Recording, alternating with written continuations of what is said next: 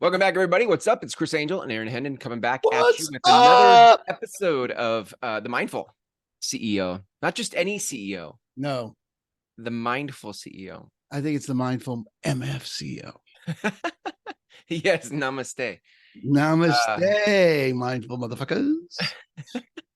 Okay, so we were talking before we hit record just about this is really your topic, Aaron, but Oh, blame me. tracking, or I don't know if you'd use the word tracking, but how would you? Yeah, we were so the last episode brought up that tension between mindful and CEO, and we've been grappling with, and I've been grappling with engaging in the difference between intentionality and striving. Mm-hmm. How do you practice non-striving but be intentional? Right. And I really because like when you say direction but no destination. Like, yeah, direction but no destination, but direction but no so on it, the old self-expression leadership program distinction: committed but unattached. Yeah. When you're committed versus attached, those are radically different spaces. And I think I could just be that simple, is that it's an ontological shift in your orientation from being attached to a specific outcome at a specific time at a specific date, and the way it looks is a specific way, versus committed to forwarding the ball in a direction that does in fact have a goal, and we're just going to keep getting closer. And if we get there, great. If not, wins or lessons. No, there's no failure. There's just a win or a lesson, and that's all we get. So in that, if that were a conversational domain of, where we were looking as mindful CEOs, I think there's the tension between mindful, non-striving, direction, goalless, open, beginner's mind, that world of mindful CEO. Yeah. Someone's got to get paid. Right. There's going to be, be results. There's got to be results happening on the court, in life, in some form. Yeah. And that tension between the two, and I was sort of enjoying the word tension, but tension may not be the right word.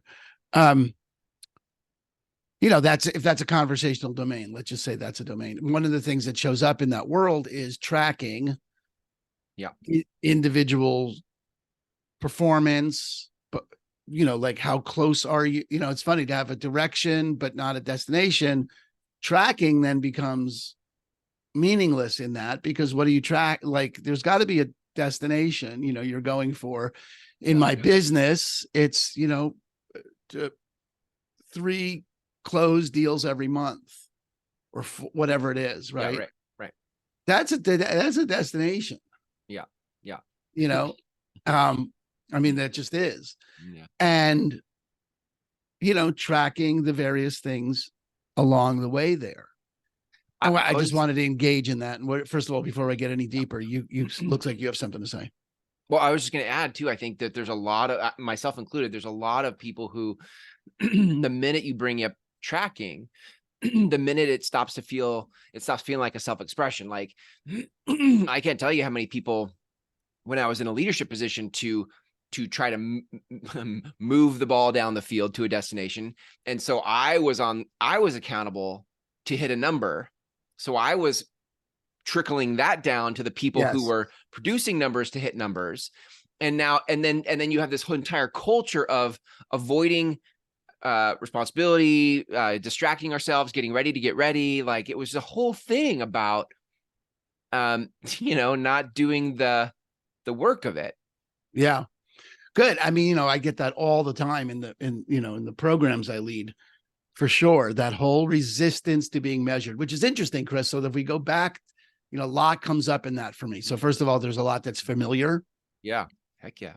Like that whole world of don't measure me, which is so interesting, Chris, because this is it's all a subtle shift in the context. Or maybe not subtle, but it's definitely a shift in the context, because, and I think we talked about this last week, that if you don't have a score, you don't have a game.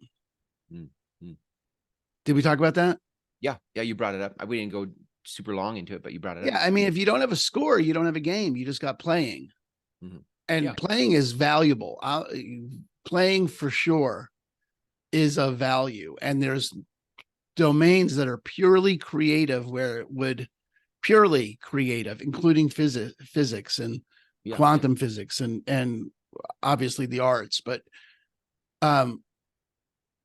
where seeing what shows up is the end. Right. Play to see what shows up. That Yeah, is the end. And good. then there's games. Right. And games have scores. Yeah. I mean, they just do. That's a constitutive element of a game is that you say getting something that isn't to happen, isn't right now, to happen now is more important than whatever's happening now, right? Ball in the end zone, which isn't right now, ball's on the 20-yard line. Ball in the end zone is more important. And then you put all kinds of rules on it. It has to happen in this period of time, right? And here's the way that it can happen. Here's the sidelines, right? Four downs, right? Like it has rules to it. And ultimately, it has a score to say whether you won or you lost. Yeah. And without the score, it's literally practice. It's what you call practice. Yeah. Right. So the score is, so the score is critical. And I don't think you would find many professionals. Sports metaphors work for anything having to do with games, obviously. Sure. But you wouldn't find any professionals that resent being measured. I would say more. Yeah, I don't think you find a bunch of professional athletes that are hung up in the getting ready to get ready. Okay.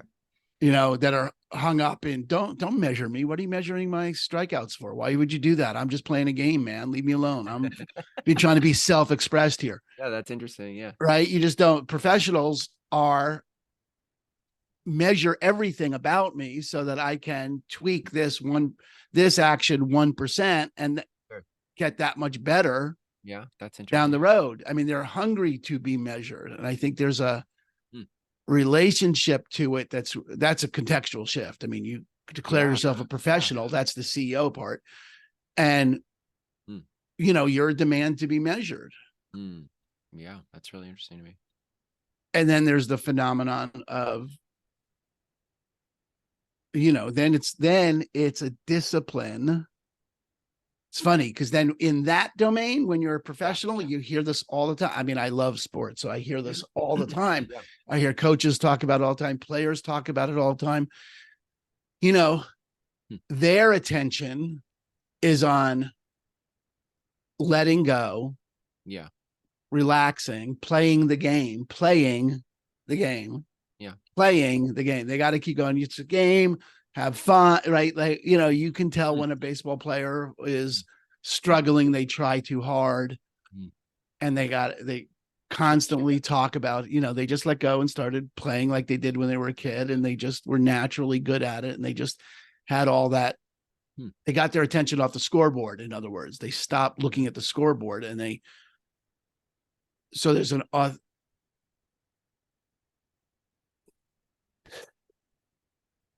yeah. So there's, I don't know, first of all, I got a lot more I could keep rambling about this because I'm sorting something out for myself about it. Yeah. It's good though. Yeah. What do you hear? Well, I really like that. I hadn't thought about that because I was going to say I resent being measured. But if I think about playing golf, I played the most rounds of golf this past season than I have ever in a year of my life, except for high school, college probably. But I'm geeked out on my stats. When I'm done with a round, I'm looking at how many putts did I have, how many greens in regulation. I need to know my yardages. So I'm constantly looking at like, what are my stock yardages on my different clubs? There's a thing called Arcos that you can, these little pegs you put in the end of your golf club, and it'll start to, it's an app, it's technology. It'll tell you what your yardages are. So you can start to get measured. I'm a demand to be measured because I want to lower my score. I want to get down to a scratch golfer, and I'm hot on that pursuit. I'm like, let's go. I'm interested. I'm thinking now, like, what kind of shoes do I need to buy? Should I get barefoot shoes in the winter so I can, have stronger feet? Like, there's stupid stuff that you're starting to go, like all the ways I can improve my score. But when it comes to business, I resent that. It's interesting to me. That's good. All right. Well, so this is that dynamic of it being one thing you're willing to be resentful about and one thing you're geeked out about. First of all, Yeah. would be, and I totally get it. I don't, and I, first of all, what's the nature of the resentment? What's the nature of the geek outness?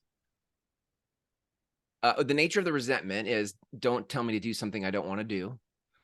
Right. I think it comes down to like, a certain handful of things that feel like the obvious answer. You need to make more calls. You need to prospect. You're going to have to beat the streets. You're going to have to hustle and grind. And I'm like, don't tell me to do that. I'm not going to do that. So I'm already a no. Yeah, it's good. Yeah, I mean, and you're already a no to what you already expect. Yeah. The answer to be, but this is good, Chris, because this is, I mean, this is really typical of the agents I train, Yeah. And of myself. I mean, but it's interesting. There's no,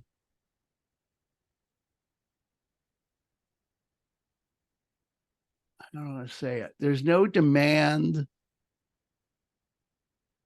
to discover something outside of those typical ways that you're not willing to do it. It's not like, fuck it, I'm not doing that. I'm not hustling, grinding. And here's what I am going to do. And I am a demand to be measured in that so that I know if that works or not. Yeah. Right. It's getting things down to a measurable, it is that idea between execution and ideation, right? Execution. Yeah. Man's measurement. Sure. Ideation does not. Right. And and then it comes with failure and it comes with correction and it comes with, growth outside of your comfort zone. All those things happen. I'm interested though, for you to keep looking at why are you, what's the world in which you get excited about getting measured in golf? Yeah.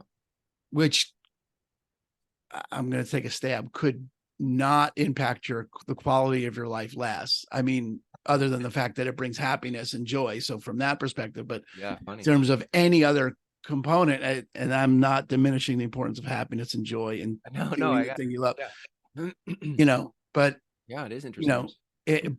But there's no, and that's, you could say, an open heart and I think so a couple things in there that are showing up for me. One is,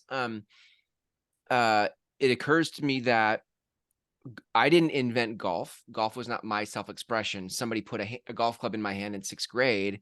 I hit the ball and I was like, that was awesome. Let's do that again. And I just kind of got hooked. I really enjoyed a predetermined thing I could play. I didn't have to use my creative juices to make the game. I just got to play the game. And then all my creative energy could go into, how do I get better at this thing that's already predetermined, predefined? In my work, so much of the way I approach my work is it feels like a calling. It feels like a cathedral. It feels like something that is a self-expression for me. And it's not predefined. And so me reading someone else's book about how they built a cathedral isn't the same thing as, in other words, their predefined game for how to win at the game of business isn't my self-expression. That was their self-expression. So I can find some things in their game that seem interesting to me, but then a lot of things that don't. And so I come back and it doesn't feel good. I'm like, I don't like that. That doesn't feel good. So I guess I'm just saying, like, in golf, it's predefined. I'm just showing up in ping pong, tennis, doesn't matter. It's like, it's already there. Just play it. In my work, it's a self-expression. So, and it's undefined, and I'm having to find the cathedral in it. Okay. Well, when you say it that way, it's a little surprising that you're the joy and the open-heartedness goes for the one towards the side that where there's already It is interesting. right. And then the one you are inventing from scratch, you're like, don't fucking measure me on that. That's a That little is interesting. Yeah. that's wild, right? Yeah. I mean, Okay, it's well, true. I totally get it. I get it from every level. I get it Yeah. from my own personal experience. But Yeah. what's that about? Mm. I mean, how do you, Yeah. on one hand, justify being disinterested in the future you're creating at the same level at which you're completely creating a massive interest in a future you had nothing to do with? Yeah. Yeah. I'm gonna have to sit with that one for a while. That is really interesting. That is a great conundrum in that's Yeah. come up in this conversation. That's really interesting. Okay, well, Yeah, that looks like I our feel hour's up, so Chris. We'll have to bill you for the next. I mean, this is like therapy, right? I, Um, I feel so committed to, so interested in, so in love with my vision of what I want to create in the world. And I don't want you to measure that. I don't want to measure that. yeah. All right, good. Well, that's all right. So, all right. So I'll just talk about me for a minute Okay, and okay. let you just percolate in how See if something what. breaks Yeah, loose. um, we're always surprised when we encounter our own inauthenticity. Like we always think we're totally straight and normal, and like everything is logical to us, but that has no logic to it at all, right? That's like a really counterproductive way of operating, and you don't doesn't live for you like, oh, I'm being really counterproductive here. Hmm. Or even if it does, it doesn't live enough counterproductive that you would do anything about it. It's justifiable in some way. And I think all that's interesting. So for me, I definitely, we were talking about real estate and, agents on my team and the degree to which I'm flat footed that 20 conversations a day for a real estate agent works. I mean, you did 20 conversations a day, 5 days a week for 3 months, and you just sat from 9 in the morning till 5 in the afternoon if you had to, and you talked to 20 people you didn't know about real estate. Pick up a phone book and do that, and you do that every day, and you do it till you talk to 20 people. I just have zero doubt that your business, that you wind up doing 20, 30 deals. There's just, I don't know, Chris, you've had as much experience in this, I think more, maybe even more than I do. That's a workable structure, right? Yeah. And but I'm not gonna effing do that. So I hear you, right? Like I'm not gonna do that. Which is fine on one hand. Like, okay, that particular activity of sitting and dialing for 8 hours a day is not, I mean, I did that for many years, right? And I'm just not going to do it again. And there's a lot of things that I don't do again because I'm older and unwilling to do those things, right? Yeah. Like stay up till 11. But there's that resistance to being measured is there's certainly an element of it, like I don't want you to tell me to do something I don't want to do, something that works. This is what I also heard in what you were saying. I think this resonates. I'm not willing to do what you think it's going to take, what I know it'll take. I know that those things that the structure of business is a game that was invented before you. It's not like you're the first person to start, the funnel 20 model. conversations will work. 20 conversations will work. I know 20, and I'm not willing to do that. Right. I'm not willing to do that. So what am I willing to do, and what results, and first of all, what are the predictable results out of that? And then what are the results that I'm committed to? And I'm going to find a way to produce those results without, in your case, what without selling my soul. I don't think doing cold calls is selling your soul. I don't. Right. Well, but something just opened up for me in that, which was, when my friend put a golf club in my hand at 6th grade and I hit the ball, I was like, damn, that was awesome. I really liked it. That was fun. I want to do it again. I don't have that experience when I think, oh, I'm going to pick up a phone and call somebody, get rejected, and be like, oh, I want to do that again. There was a No. condition that invited me into the game of golf compared to the condition of Yeah, calling that's people is not inviting me. yeah, It's okay, not but fun. that's okay, Well, fine. if fun and Except, happiness is but you've look, been you should see me hit a golf ball. I am not fucking doing that. I'm just terrible. I shoot a 120, and yeah. it's just it's hard, and it's not, and I fail as much at golf as I do at cold calling. Really, like the number of rejections I get with the club Right. is easily as much as cold But calling you don't rejections. like playing golf, that sounds like.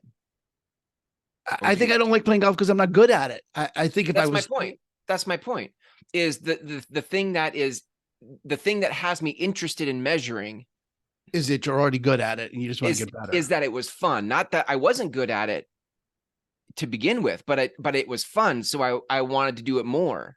And calling people is not fun. And so I already don't want to do it more, but now you or whoever my higher my demanding self is saying you need to do more, and I'm like, I don't want to do more because it wasn't fun. To your point lately about happiness, Yeah. and I think there's some mindfulness stuff here about play and playfulness, and how do you, if you could, this is why I love finding strengths. The whole Albert Einstein, if you judge a man, if you judge a fish Yeah. by its ability to climb a tree, it'll live its whole life thinking that it's stupid. Like, when you can find the things that are fun for you and build that into the business, then you would be more likely to play the game of it and measure it because you enjoy it. I enjoy podcasts. I enjoy speaking. I enjoy having coffee with deep conversations with people. I like those things. If I could build that into my business and the things I measure, then that would be a better thing than just saying put sheer will and determination into picking up an auto dialer and calling people because that's going to get it done. Right. Right. Okay, good. So then I mean, okay, so That was just about fun, by the way. I Fun. get it, but there's a connection there, Chris, Yeah. because I get it. Like I think events are fun. And so my opportunity to talk to new people is really inside events. I'm thinking now the conversation I had with Michael Mayer about. Great interview, by the way. Thanks. Oh, and then I realized he knows Hal Elrond and he knows Michael Reese, and I can get, connections, baby. Yeah. What was I going to say? Oh, just, so events. Yeah. Friends getting, but at the same time, those still come down to conversations. Sure. And I think there's this fun trap, a trap of fun. Like what parts are fun? I mean, it's a little bit like I got married because I was in love. Love is completely insufficient to manage a marriage through the agreement. Till death do us part. That love is not a feeling, but it's got to be a commitment that you have to generate love, to regenerate it when you notice it's missing. And I think fun is like that. Fun is, it shows up often by itself. Yeah. But if you're dependent on the experience of it showing up when it shows up for you to excel, who practice guitar enough to get great? I mean, anything like that is unlikely to show up as fun for its duration for you to get excellent at it. What do you think? I don't know. Well, I hear the same thing in there. Like you can measure how many hours you're playing guitar and do your scales, and that would be fine if you liked that thing. But the minute you say, how are you measuring your relationship with your wife or your spouse? It feels, I don't know, if it doesn't feel authentic. It feel like I'm going to measure how many times I said I love you today, or I'm going to measure how many times I did an act of service, or I'm going to, it's like, okay, fine. But forget about measuring for a second. I don't know that there's a significant measure in But that's what we're talking about. We're talking about tracking things, and this thing about like the measurement But you towards do a measure goal. your marriage. Hang on, you measure your marriage in years married. I mean, But you do, that's a measure of marriage. And then but I don't know that there's a measure for fun. But my point is, you were saying, I want to be measured in golf because it's fun. yeah, Okay. And I'm suggesting that if you're relying on fun to last, yeah, I mean, and there's got to be, it's like my doing events is fun, but at the same time, there's aspects of it that are a pain in the ass. yeah, I think if you focus on it's got to be fun and always fun and all parts of it, I don't know. There's a trap. I don't know. yeah. Maybe I'm just, echoing my dad. So I can't, this is definitely a therapeutic episode. There's something in here though about it's the same thing. It's saying like, my vision, and I care so deeply about my vision, but I'm unwilling to find measures for it because I feel like that diminishes the something of it, right? Same thing with marriage. Like I'm like not going to measure how many dates I took my wife on, because that's not where the magic is. The magic isn't in how many. And the minute it becomes about chipping stone, taking my wife on a date is about chipping stone, it overshadows the heart behind why I'm doing it. Okay, so if we're going to go back to that original conversation, okay, the sidebar regarding golf and fun. Well, I think there's a world in there. But They are connected, but there's a world inside that thing about it's got to be fun. There's a separate conversation called there's things that are unmeasurable. Your love for your wife, the quality of your marriage, right, is unmeasurable. And I don't like that as an example because there's no demand to measure that. No one's asking you to measure that. There's no use in measuring that. But in your vision, if your vision is out to be fulfilled in reality, I mean, look, even when you met Jenny, there was a commitment to then get married. That was like an expression of that thing. So just take marriage out of it for a minute, because there is no demand to measure your marriage. Okay. No one's asking you to. It's not important to. It doesn't work as a metaphor just because doesn't match your vision of your business. Does in fact have some aspect of it that is out to be fulfilled in the world, does it not? Yeah. Okay. Yeah, million members. A million members. Well, right there you have, that's a measure. Yeah. Okay. And if you're tracking how close you are to that. Yeah. Or you're not. And if you resent being tracked how close you are to that, it's unlikely you're going to get closer. Yeah. Well, I mean, maybe.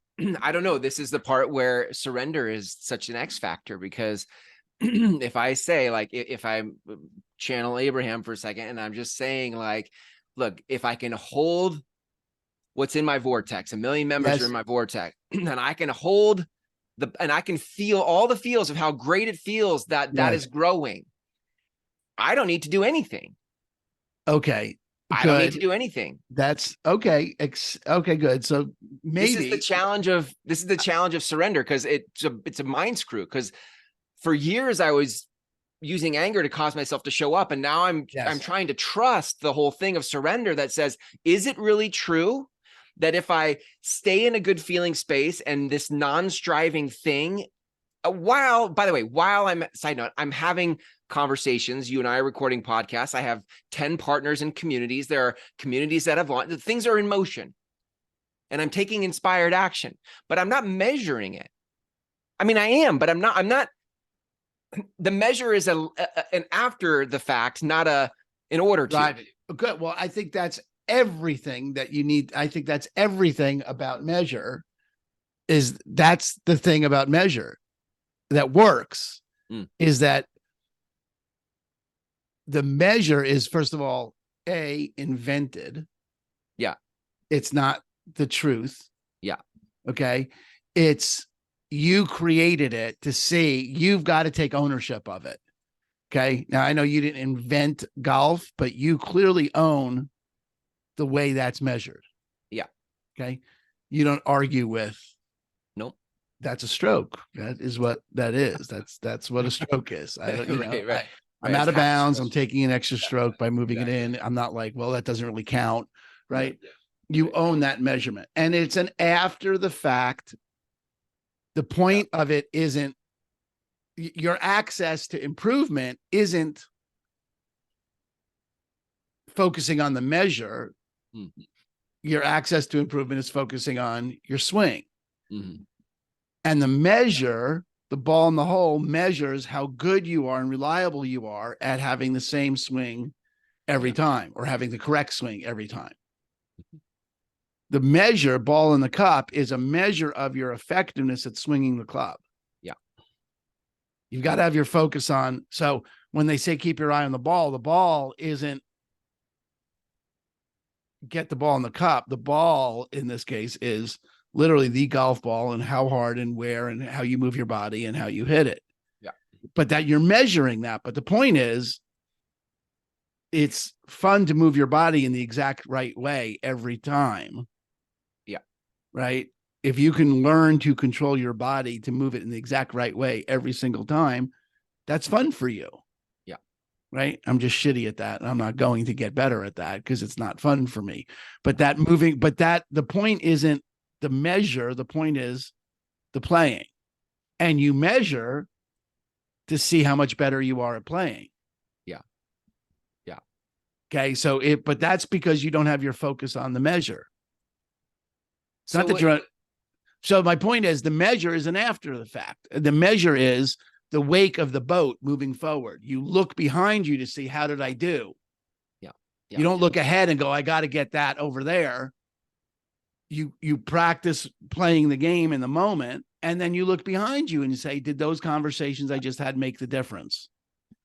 So what it was showing up for me is that in business, we don't often have the ownership of what it is we want to play. It's much more open-ended about how are you going to play this game called business. In golf, there's a way to play it. In business, there are a lot Well, of there's a ways way to score it. Okay, well, I mean, but for the most part, you're going to have a club, you're going to put a tee on a ball on a tee, you're going to hit it.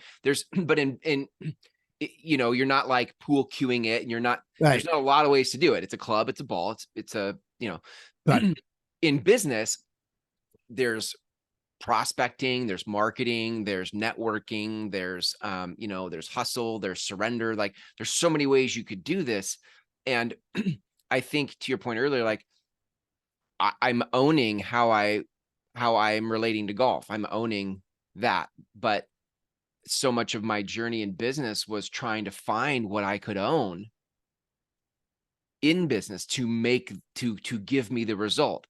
Mhm. And I tried different stuff and I didn't like it. I felt like I was shooting 120 in golf when I was trying to do pop buys. I felt like the way I was trying to play the game of business, I sucked. I hated it. And I Yeah. couldn't find something that felt good.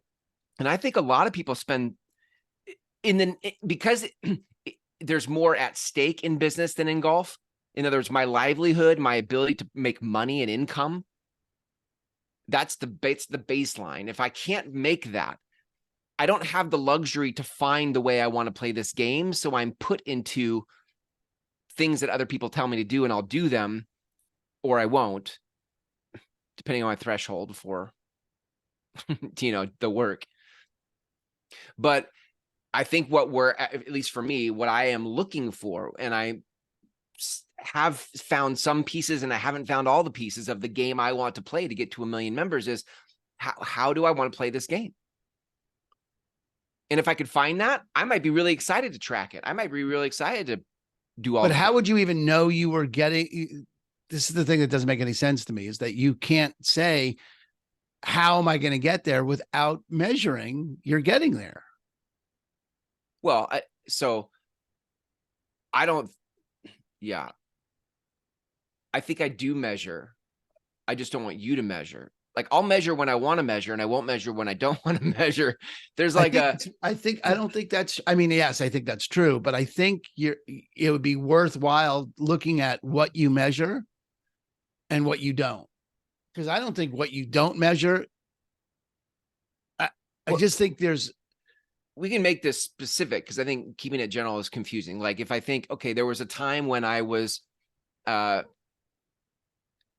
Facebook ads and I thought that was the next thing for me. I'm like, Facebook ads, this is it. Facebook ads is all about measuring, how much, what's my cost per click, what's my return on ad spend, all the things.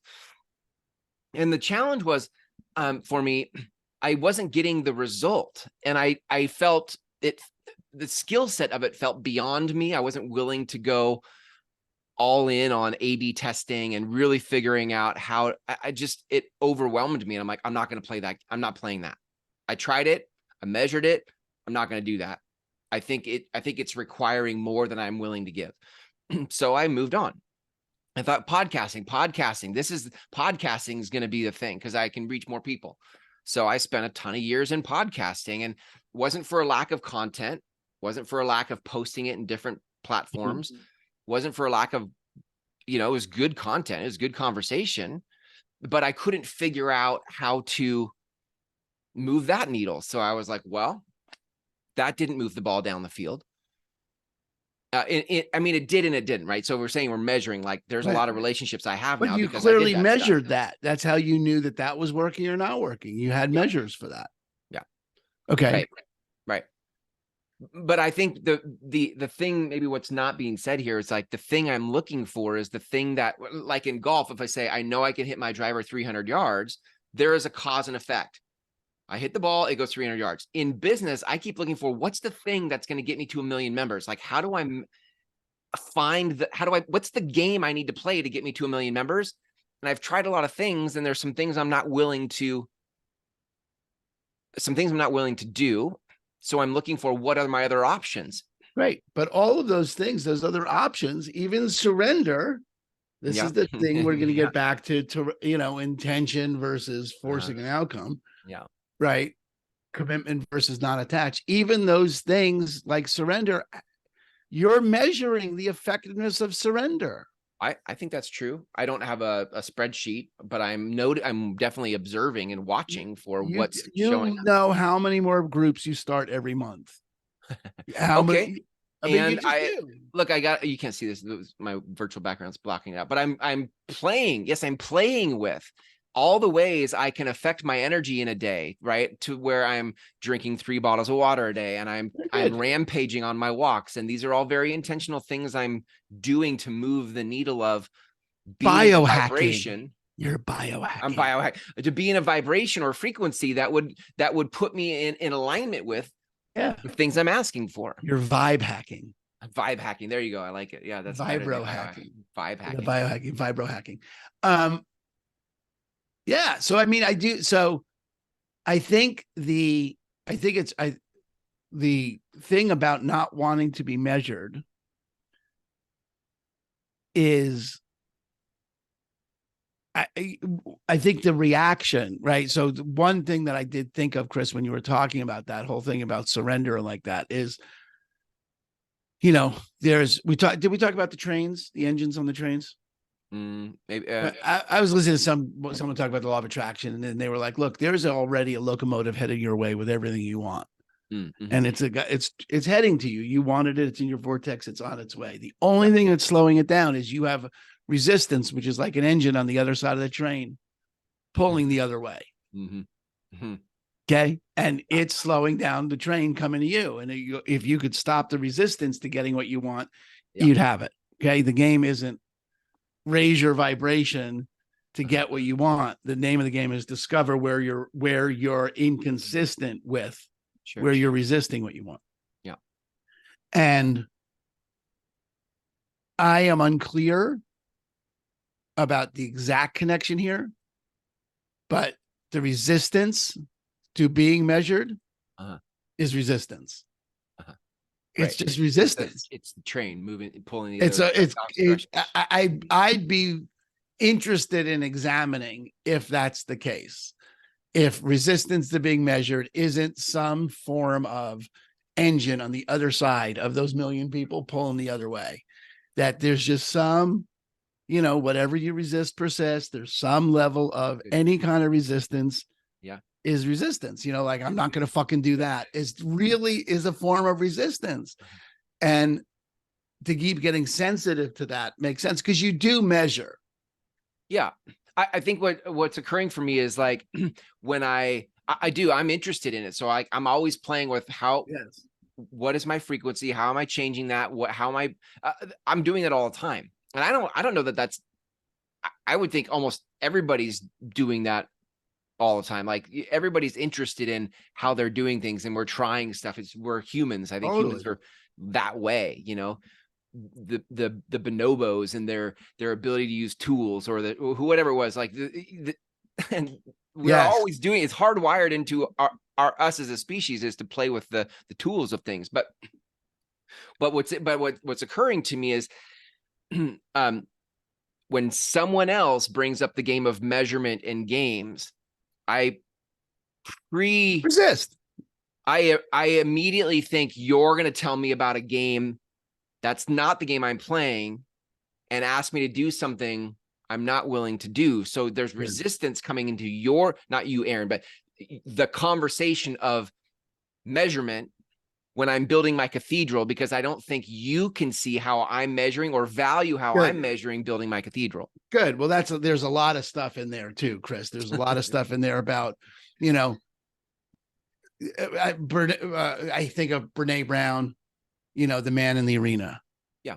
I am uninterested in people that are not in the arena talking to me about what's going on in the arena. And you're creating a specific arena that's distinct from Lamborghini leaners or whatever. Right. Yeah. So unless they're in your arena, they don't get to criticize you. Right. That's one thing. Right. So I don't know that that's resistance as much as it is just boundaries. Like, and then there's the Esther Hicks, like, look, you're going to think I'm crazy. I am crazy. But there's no resistance in that. Right. And I do think that is worth dissolving or worth examining at any rate, that sort of world that comes up regarding, they're going to tell me what to do versus, what kind of contribution do you have for me? It's good. Yeah. Right. Like that wouldn't be, that's a world to dissolve, right? That resistance to being measured is preemptive for you. Yes, very much so. Ready? It's a prophylactic resistance. I love using prophylactic as a word in the context of prohibiting something, because I have maturity issues.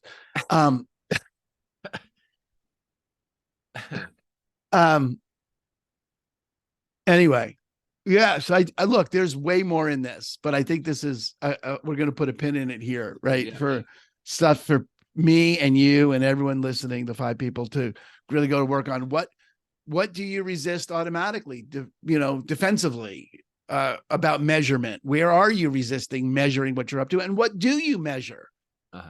What are you currently measuring? And even in an area of love, is it worth measuring? I'm not measuring that. Yeah. But I do measure how many dates I have with my wife, how many occasions I have. I manage that. I don't measure it so much as I make sure we have those times. Yeah. All right. Anyway, we should put a pin in it mostly because I have to go. All right, man. Sounds good. That was awesome. If you guys want to learn more about the the Mindful CEO community, go to themindfulceo.com. Check us out there and follow the appropriate links. Awesome, Aaron. Peace. Deuces.